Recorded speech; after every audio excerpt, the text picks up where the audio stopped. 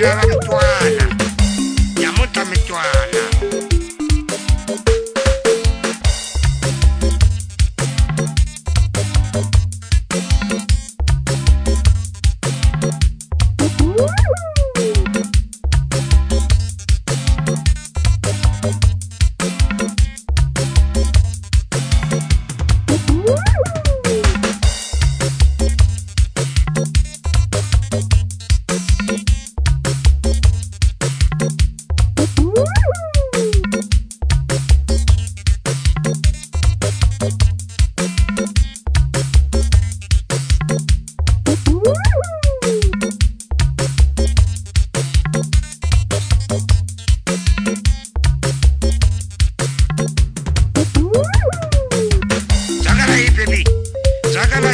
Tulela xikete ka vusika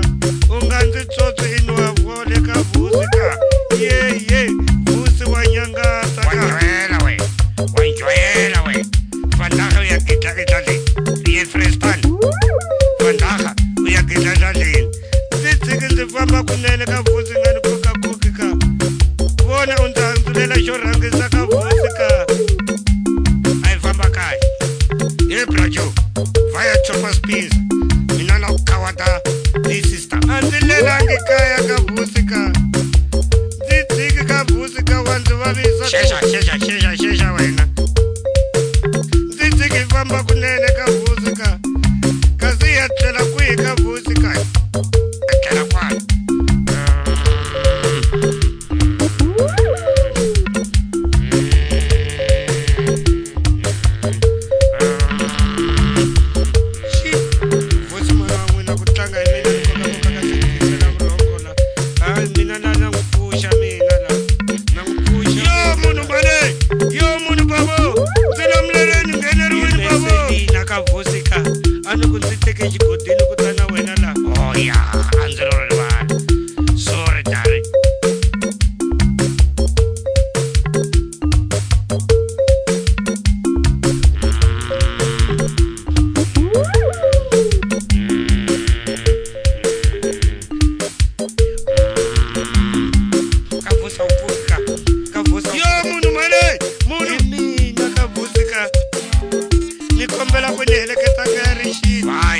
Vaya, mina na ukidla.